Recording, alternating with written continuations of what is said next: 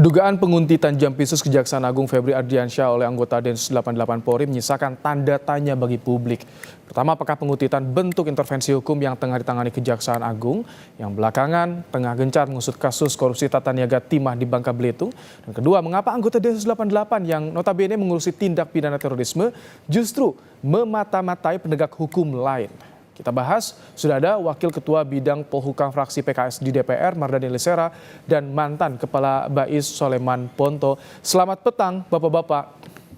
Selamat petang. Baik. Petang. Saya yang pertama ingin ke Pak Soleman. Pak Soleman, anggota Densus 88 diduga menguntit Jampitsus.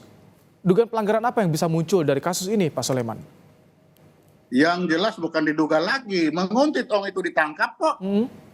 Jadi yang jelas kan itu sudah ditangkap. Bahwa ada pelaksanaan itu. Nah dari situ itulah sebenarnya Kapolri harus menjelaskan memerintahkan atau tidak.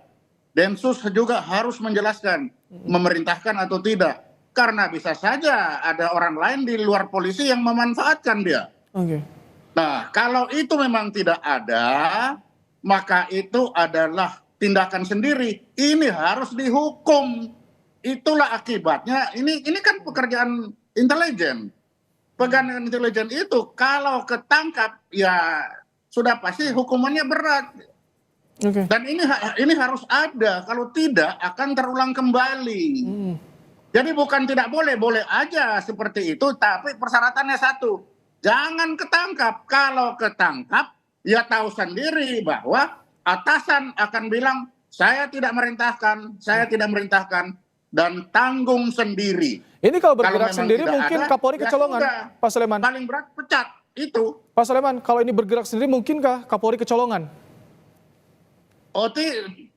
Kapolri kecolongan tidak kecolongan karena itu memang anak-anak seperti itu memang ada kenakalan begitu itu ada. Itulah sebabnya kenakalan itu tidak boleh ditolerir. Karena ini sudah ketangkap, maka Kapolri akan bilang saya tidak perintah, semua tidak perintah, kenakalan itu paling berat ya pecat. Jangan sampai ini menular kepada yang lain kalau tidak ada ketegasan. Itu aja. Baik, Pak Mardani, ini belum ada klarifikasi yang jelas gamblang dari Kapolri dan juga Jaksa Agung. Bagaimana dari Komisi 3, dari DPR, tindak lanjut kasus ini seperti apa, Pak Mardani? Ya, yang pertama saya apresiasi Kejaksaan karena membuka kasus ini.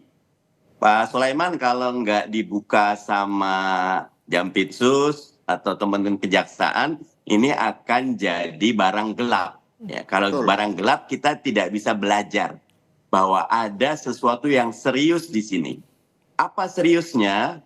Upaya yang bisa mengarah kepada aborsi penyelesaian kasus-kasus yang sedang diselidiki di Kejaksaan. Jadi saya pertama apresiasi dulu Kejaksaan.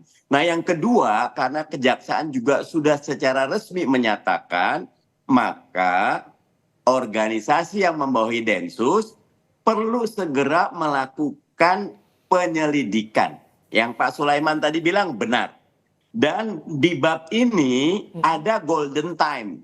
Kalau besok tidak ada penjelasan Pak Sulaiman, makin kabur ini. Kalau besok ada respon, maka kita bisa melihat ada secercah harapan. Jadi kita tunggu besok harus sudah ada penjelasan.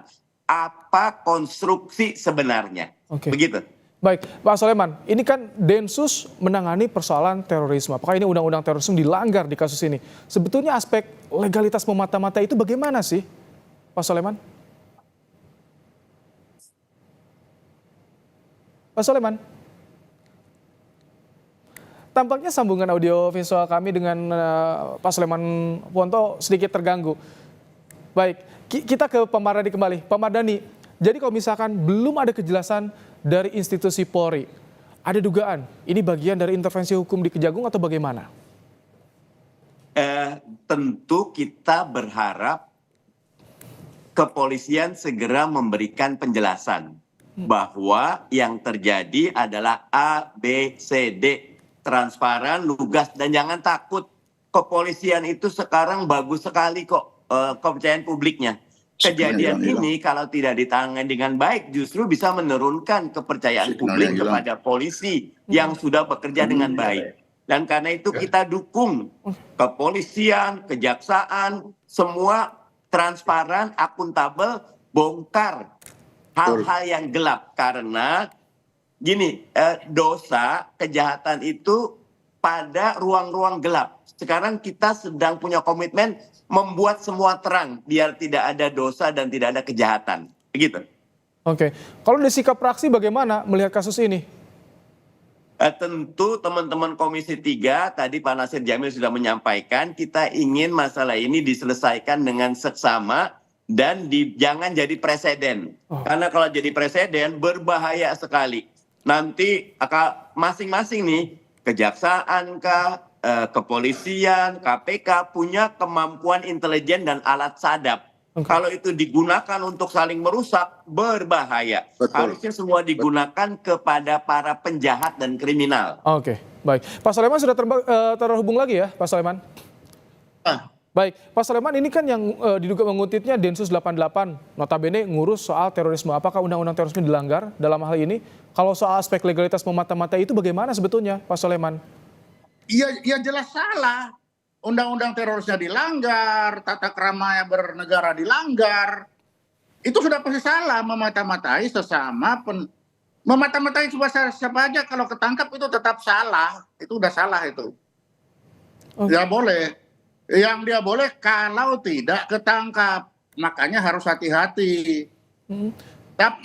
Tapi kalau ketangkap, ya sudah tanggung dosa harus itu. Tapi kenapa kalau jadi objeknya sampai Jampisus nih Pak Soleman kalau menurut Anda? Ya justru itu objeknya. Karena kalau objeknya sudah Jampisus, kalau itu mau dilakukan harus betul-betul profesional, jangan sampai ketangkap. Tapi karena sekarang sudah ketangkap, ya harus bertanggung jawab. Dan itu harus betul-betul dijelaskan dari yang pemilik itu, Kapolri, Densus harus jelaskan. Apakah ada perintah atau tidak, itu saja. Tidak ada perintah Kapolri, selesai. Densus ada perintah, tidak. Artinya anak-anak ini berjalan sendiri. Kamu jalan sendiri, siapa yang nyuruh? Oh itu karena saya sendiri. Oke, karena kenakalan sendiri, pecat, selesai. Kalau tidak akan jadi presiden seperti kata Pak Mardhani Alisera tadi. Saya sependapat itu. Dan jangan lupa, kita ingat kasus Mawar. Anak-anak itu bilang, siapa yang nyuruh? Nggak ada yang nyuruh, kami yang nyuruh. Pecat semua itu mawar-mawar itu kan. Nah ini sama. Kalau memang tidak ada yang nyuruh, ya sudah pecat tanggung dosa. Itu biasa di intelijen, bukan hal luar biasa. Dan ini harus dijaga kebiasaan itu. Baik, kami tangkap Pak Soleman. Pak Bandani, ini perlu dipanggil oleh DPR nggak Kapolri dan Jaksa Agung soal ini? Dan bagaimana sikap Presiden seharusnya? Kalau dipanggil DPR ini jadi politis dan nanti bisa melebar. Monggo kalau mau dipanggil, tapi jauh lebih baik, lebih lugas, lebih sederhana antar aparat hukum kalau bisa Presiden langsung memerintahkan selesaikan kasus ini dengan seksama dalam waktu yang singkat. Karena kalau benar kata Pak Sulaiman Ponto, ini ada oknum yang bekerja, yang insubordinat, yang tidak sesuai dengan tupoksi, ini berbahaya sekali. Bisa merusak institusi. Kita harus betul-betul jaga institusi kejaksaan, jaga institusi kepolisian, jaga institusi negara, itu tuh sakral dan mahal. Tidak boleh ada yang mengotori, apalagi kasus seperti ini.